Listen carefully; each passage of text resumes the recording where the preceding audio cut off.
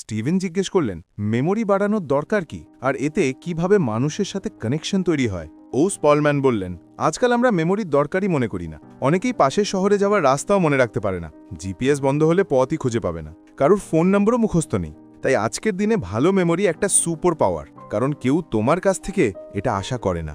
তিনি বললেন, যে কোনো বয়সে তুমি নতুন মানুষকে দেখবে, তাদের সাথে হাত মেলালে, তারা নাম বললে তুমি সেটা সাথে সাথে ভুলে যাও। এটা সবার ক্ষেত্রেই হয়, আর নাম ভুলে গেলে পুরো কথোপকথনটাই অস্বস্তিকর হয়ে যায়। মনে মনে একটাই চিন্তা, এখনো নাম কি ছিল? ওজ বললেন, আসলে এটা মনে রাখার সমস্যা নয়, সমস্যা হলো আমরা শুনি না। নাম বলার মুহূর্তেই আমরা ভাবতে থাকি, এবার আমি কি বলবো। তাই প্রথম স্টেপটা খুব সহজ, শুনো, মনটা শান্ত করো, নামটা শোনার সুযোগই দাও নিজেকে। তিনি বললেন, আমি যখন কারো সাথে প্রথম দেখা করি, আমি নামটা শুনেই দুবার রিপিট করি। যেমন, স্টিভেন, আপনি কি স্টিভ নাকি স্টিভেন? এভাবে আমি ইতিমধ্যে তোমার নাম 3 বার বললাম, ভুলে যাওয়ার সম্ভাবনা অনেক কমে গেল। ওজ আরও বললেন, এরপর তৃতীয় ধাপ, রিপ্লাই, মানে নামটা ব্যবহার করো। 3 ভাবে করতে পারো। 1, স্পেলিং জিজ্ঞেস করো, স্টিভেন ভি নাকি এইচ?